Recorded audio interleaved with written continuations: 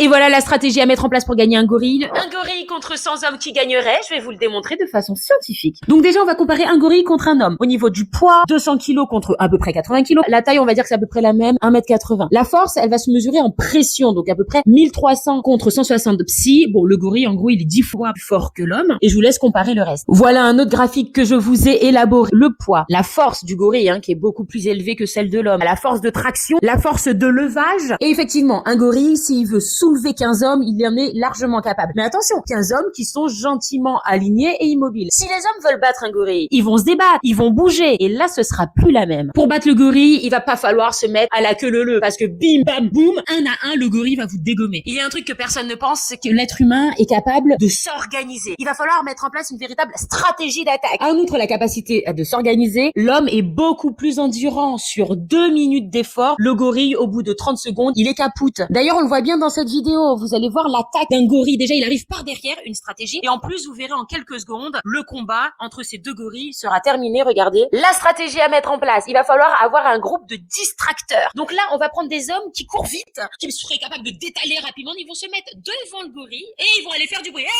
Lui envoyer des cailloux sur la tronche. Le gorille, il va vouloir les attaquer. Et là, bam, on va avoir un groupe immobilisateur qui va se prendre aux pattes. Ils vont s'accrocher autour des pattes avant et arrière du gorille. Il va falloir attaquer par l'arrière, comme le gorille avait fait pour attaquer son progénère. Et on aura un groupe principal, un groupe d'assaut, qui va lui sauter dessus par l'avant. Et enfin, on a tout autour les renforts. Donc 15-20 hommes sont suffisants pour immobiliser un gorille. Et on aura le renfort pour remplacer les blessés. Potentiellement, sachant que le gorille n'est pas très endurant, au bout de 30-40 secondes, il sera trop essoufflé. Et les 100 hommes auront réussi à l'immobiliser en 40 secondes. Donc ça, c'est à main nue, donc sans armes. Et si l'objectif est de ne pas tuer l'animal. Et une fois qu'il sera bien essoufflé, c'est le moment de le ligoter. Moi, je vous propose d'aller un petit peu plus loin dans la réflexion. Pourquoi beaucoup de personnes pensent qu'un gorille serait capable de battre 100 hommes? Donc bien sûr, parce que la majorité des gens ne pensent pas que les hommes peuvent s'organiser et sont plus endurants. Mais aussi, c'est que ça fait partie des croyances profondes. Le gorille représente la force, il est capable de briser, de soulever lourd. Et souvenez-vous dans les films, Hulk, un homme beaucoup plus fort qu'une population. Hong Kong qui contribue à alimenter ce fantasme. Mais la science est formelle, la biologie a ses limites. Un gorille face à 100 hommes endurants et organisés ne fait pas le poids.